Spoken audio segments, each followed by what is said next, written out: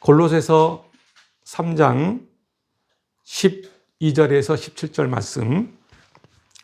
그러므로 너희는 하나님이 택하사 거룩하고 사랑받는 자처럼 긍휼과 자비와 겸손과 온유와 오래 참음을 옷 입고 누가 누구에게 불만이 있거든 서로 용납하여 피차 용서하되 주께서 너희를 용서하신 것 같이 너희도 그리하고 이 모든 것 위에 사랑을 더하라. 이는 온전하게 매는 띠니라. 그리스도의 평강이 너희 마음을 주장하게 하라.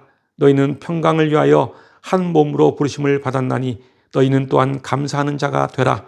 그리스도의 말씀이 너희 속에 풍성히 거하여 모든 지혜로 피차 가르치며 권면하고 시와 찬송과 신령한 노래를 부르며 감사하는 마음으로 하나님을 찬양하고 또 무엇을 하든지 말에나 일에나 다 주 예수의 이름으로 하고 그를 힘입어 하나님 아버지께 감사하라. 아멘. 오늘 본문 그 12절을 보면은 너희는 하나님이 택했다고 말씀하고 있습니다. 그러면서 하나님이 택한 자들은 새 옷으로 갈아입고 하나님의 형상을 닮은 사람으로 살아야 한다고 말씀하고 있습니다. 그렇다면은 새 옷으로 갈아입고 사는 것이 어떤 것일까요? 우리 인간의 본성 속에는 사리사욕과 부정, 그리고 악한 정욕과 탐심과 같은 죄악들을 가지고 있습니다. 이것을 성경에서는 옛 사람의 습성이라고 말합니다. 우리는 이러한 옛 사람의 습성을 버리려고 노력을 하지만은 그것이 쉽사리 고쳐지거나 버려지지 않습니다. 왜냐하면 우리는 이 땅에 살면서 세상의 가치에 매몰되어 살기 때문입니다. 그렇다면 세상의 가치는 어떤 것일까요? 성경은 세상의 가치관에 빠져 사는 사람을 땅의 지체라고 표현하고 있습니다. 그러면서 땅의 지체를 죽이라고 말합니다. 땅의 지체를 죽이는 것을 옛 사람과 그 행위를 벗어버리는 것을 말합니다. 골로새서 3장 5절부터 9절까지 말씀입니다. 그러므로 땅에 있는 지체를 죽이라. 곧 음란과 부정과 사욕과 악한 정욕과 탐심이니 탐심은 우상 숭배니라. 이것들로 말미암아 하나님의 진노가 임하느니라. 너희도 전에 그 가운데 살 때에는 그 가운데서 행하였으나 이제는 너희가 이 모든 것을 벗어버리고 곧 분함과 노여움과 악의와 비방과 너희 입에 부끄러운 말이라. 너희가 서로 거짓말을 하지 말라. 옛 사람과 그 행위를 벗어버리라고 말씀하고 있습니다. 그렇습니다. 세상의 가치관으로 살면은 악한 정력과 탐심으로 살 수밖에 없습니다. 이러한 마음으로 살면은 분함과 노여움과 악의와 상대방을 비방하는 이런 것들이 난무하는 삶을 살 수밖에 없다는 것입니다. 왜냐하면 세상의 가치는 성공하는 것, 잘 되는 것, 그리고 잘 사는 것, 그리고 또 높은 자리에 오르는 것이기 때문입니다.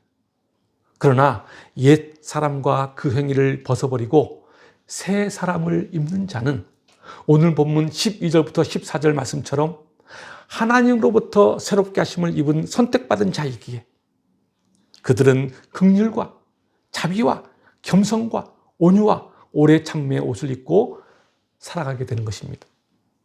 12절부터 14절 말씀입니다. 그러므로 너희는 하나님이 택하사 거룩하고 사랑받는 자처럼 긍휼과 자비와 겸손과 온유와 오래 참음을 옷 입고 누가 누구에게 불만이 있거든 서로 용납하며 피차 용서하되 주께서 너희를 용서하신 것 같이 너희도 그러하고 이 모든 것 위에 사랑을 더하라. 이는 온전하게 매는 띠니라. 그렇습니다. 옛 습성을 버리고 새 옷으로 갈아입는 것이 바로 하나님의 사랑을 내 마음 안에 품고 사는 것입니다.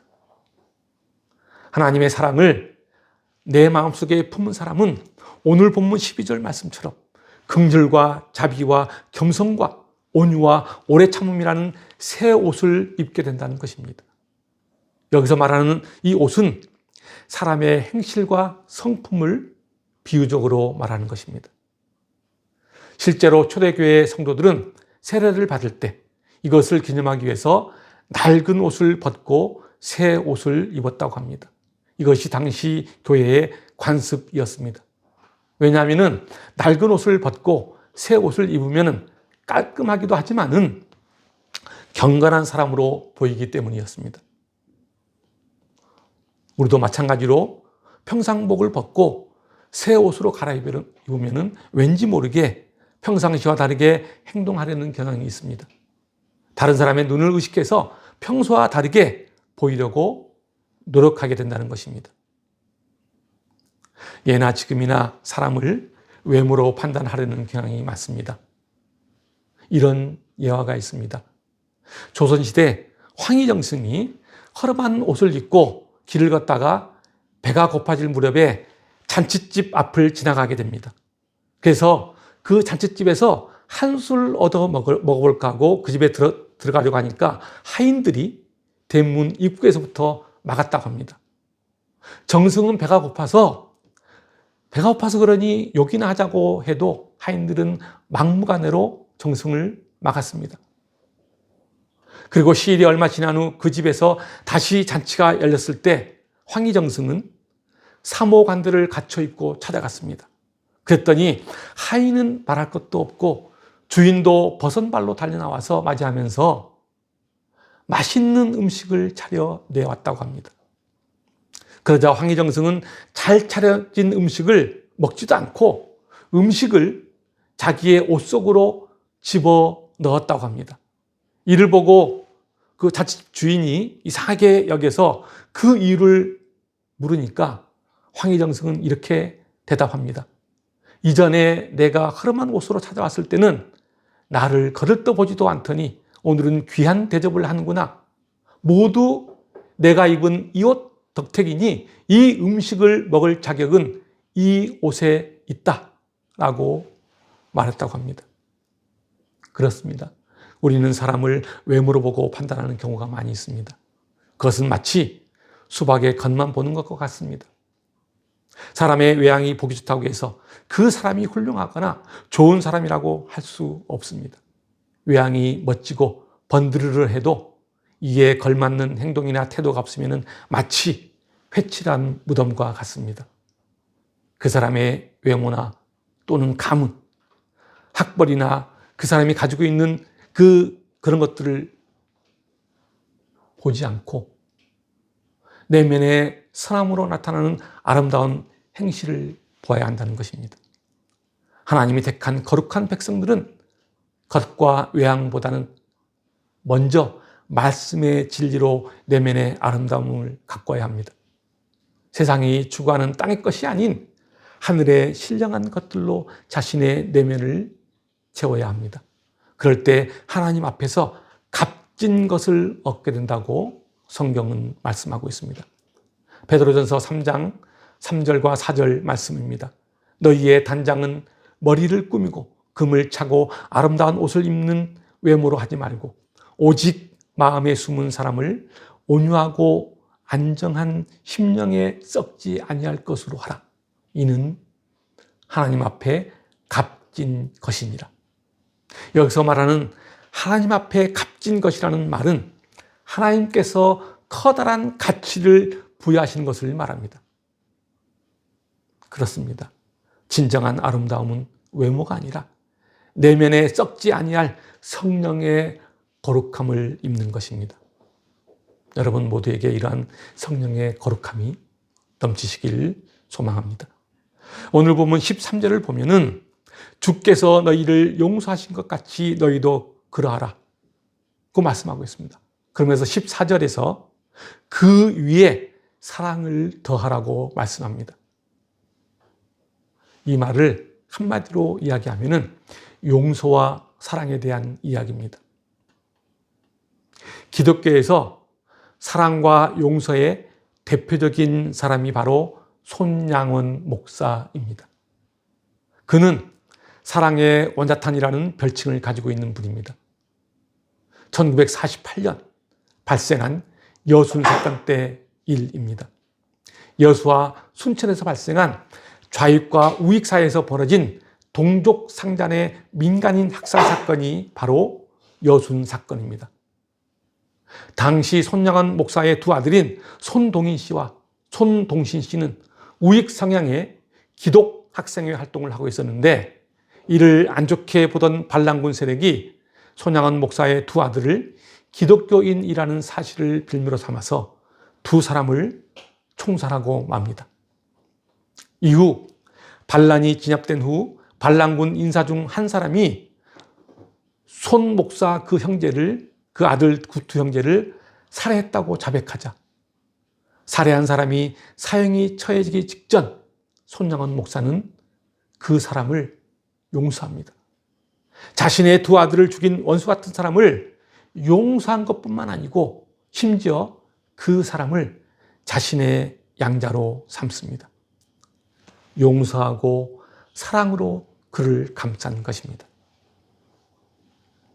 사실 이 땅의 모든 사람들은 자신에게 돌이킬 수 없는 잘못을 저지른 사람을 용서한다는 것은 어쩌면 가장 어려운 일일 수도 있습니다.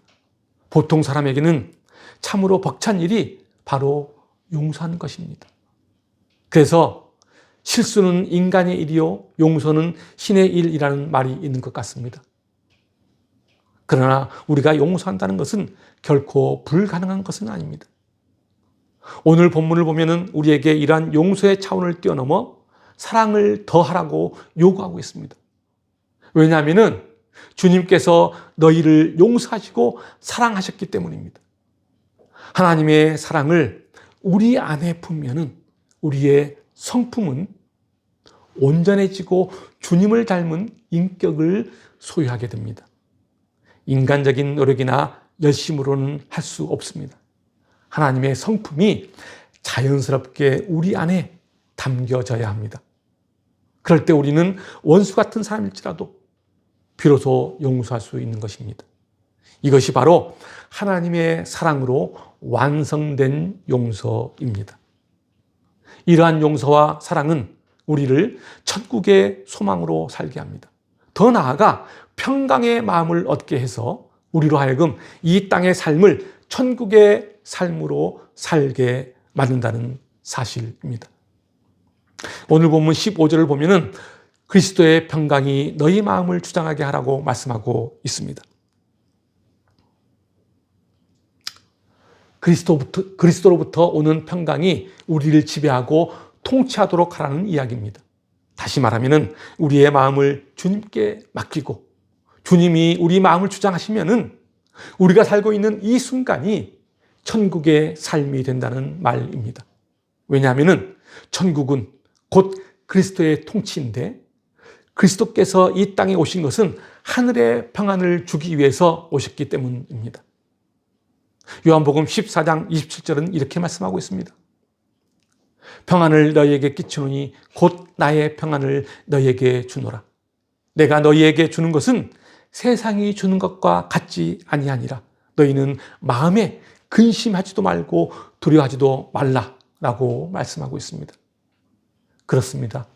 우리의 마음을 주님이 다스리시면 우리는 천국의 평안을 누릴 수 있습니다. 한번 봅시다. 우리가 이 땅에 살면서 하루도 편할 날이 얼마나 됩니까?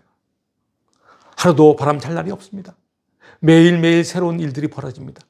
온갖 스트레스와 갖가지 고난, 그리고 험난한 폭풍우가 쉴 새 없이 몰려오는 삶을 살아가는 게 우리의 인생입니다. 그로 인해서 평강은커녕 평상심조차 유지하기가 어렵습니다. 복잡한 세상에서 어떻게 하면 흔들리지 않는 평강을 유지할 수 있겠습니까?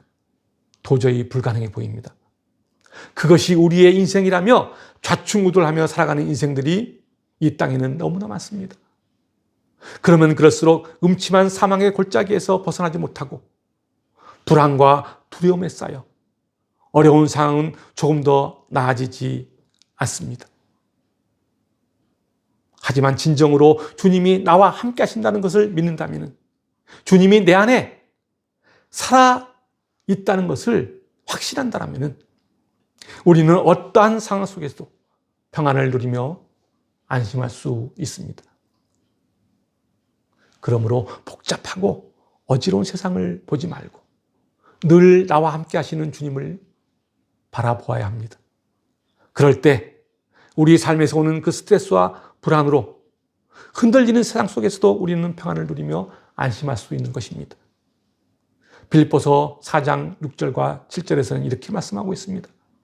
아무것도 염려하지 말고 다만 모든 일에 기도와 간구로 너희 구할 것을 감사함으로 하나님께 아뢰라. 그리하면 모든 지각에 뛰어난 하나님의 평강이 그리스도 예수 안에서 너희 마음과 생각을 지키신다고 말씀하고 있습니다. 하나님의 평강이 그리스도 안에서 우리 마음과 생각을 지킨다는 것입니다. 주변을 둘러보면 염려와 걱정을 달고 사는 사람들이 의외로 많은 것을 우리는 볼 수 있습니다. 정치 걱정, 경제 걱정, 지구 환경 걱정, 또는 부모는 자식 걱정, 자식은 취업과 결혼 걱정, 또 결혼하면은 어떻게 잘 살아야 하는지 하는 걱정, 노후 걱정, 건강 걱정까지 잘 되면 잘 되는 대로 걱정하고 못 되면 못 되는 대로 걱정하는 사람이 많습니다. 또 요즘은 코로나로 인해서 걱정과 염려가 늘어나는 사람들이 더 많습니다. 그래서 이런 말이 있습니다. 걱정한다고 걱정이 없어지면은 걱정이 없겠네라는 말입니다. 걱정한다고 걱정되는 문제가 해결될 것이 아니라는 이야기입니다. 걱정은 오히려 내일에 관한 염려를 덜어주는 것이 아니라 오늘을 포기하게 만든다는 사실입니다. 심리학자 어니 젤렌스키는 이렇게 말합니다. 걱정의 96%는 쓸데없는 걱정이라는 것입니다. 그리고 나머지 4%는 우리가 해결할 수 없는 것에 관한 걱정이라는 것입니다. 걱정한다고 해결될 일보다는 걱정해서 일을 망치는 경우가 더 많다는 의미입니다. 빌립보서 4장 말씀처럼 아무것도 염려하지 말고 모든 일에 감사로 하나님께 맡기면은 그 일은 이제 내 것이 아니고 하나님의 것이 됩니다. 그리고 예수님은 요한복음 16장 33절에서 이렇게 말씀하고 있습니다. 이것을 너희에게 이르는 것은 너희로 내 안에서, 그러니까 주님 안에서 평안을 누리게 하려 함이라. 세상에서는 너희가 환난을 당하나. 우리가 세상을 살면서 여러 가지 환난을 당한다는 것입니다. 그러나 담대하라. 내가 세상을 이겨노라. 예수님이 이 땅에 오셔서 우리를 대신하여 세상을 이기신 분이십니다. 우리가 평안을 누릴 수 있는 것은 예수님이 우리를 위하여 세상을 이기셨기 때문입니다. 세상을 이기셨다는 것은 예수님께서 십자가의 죽음과 부활을 통해 이 땅에 어둠의 세력을 물리치고 승리하셨다는 말입니다. 그렇습니다. 예수님은 이 땅의 어둠의 세력, 즉 우리를 둘러싸고 있는 걱정과 염려와 같은 사단이 주는 것, 다시 말하면 세상에 속한 권세들을 물리치고 승리하셨습니다. 그로 인해 우리는 진정한 평안을 누릴 수 있게 된 것입니다. 참 평안은 예수 그리스도부터 옵니다. 그러므로 우리의 걱정과 염려를 모두 주님께 맡기는 그 믿음이 필요합니다. 그 믿음으로 주님께 나아갈 때 주님은 우리에게 평안을 주십니다. 자꾸만 생각나고 조급한 마음이 들어도 그때마다 주님께 기도하며 또 다시 주님께 나를 맡깁시다. 15절 마지막 부분과 17절 마지막 부분을 보면은 15절 마지막 부분 감사하는 자가 되라. 17절 마지막 부분에 보면은 하나님 아버지께 감사하라고 말씀하고 있습니다. 여기서 말하는 그 감사라는 것은 당연한 것을 당연한 것으로 여기지 않는 마음을 말합니다. 여러분은 어떨 때 감사하는 마음이 드십니까? 일이 술술 잘 풀리거나 어려운 일이 내 뜻대로 잘 해결되었을 때 누구나 감사할 수 있습니다. 그러나 내 자신이 고통 중에 있거나 또는 내 가족 중에 어떤 한 사람이 병에 걸려 사경을 헤매고 있다면 과연 하나님께 감사할 수 있을까요?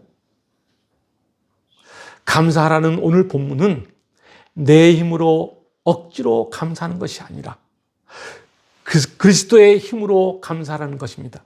다시 말하면 주님께 의지하고 힘입은 감사만이 참되고 올바른 감사라는 것입니다. 이 같은 감사는 감사할 수 없는 상황 가운데서도 감사하는 삶을 사는 것을 말합니다. 여러분 모두는 하나님의 택함을 받은 자들입니다. 하나님이 여러분을 선택하셨습니다.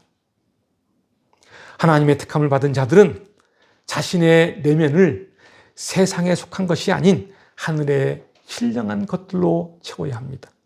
그럴 때 하나님의 택함을 받은 우리는 세상을 이기는 평안을 누리며 감사의 삶을 살 수 있습니다. 여러분 모두가 하나님의 택함을 받은 자로서 진리의 말씀 안에서 주님이 주신 감사와 평안으로 축복된 삶을 사시길 주님의 이름으로 간절히 축원합니다. 기도하겠습니다.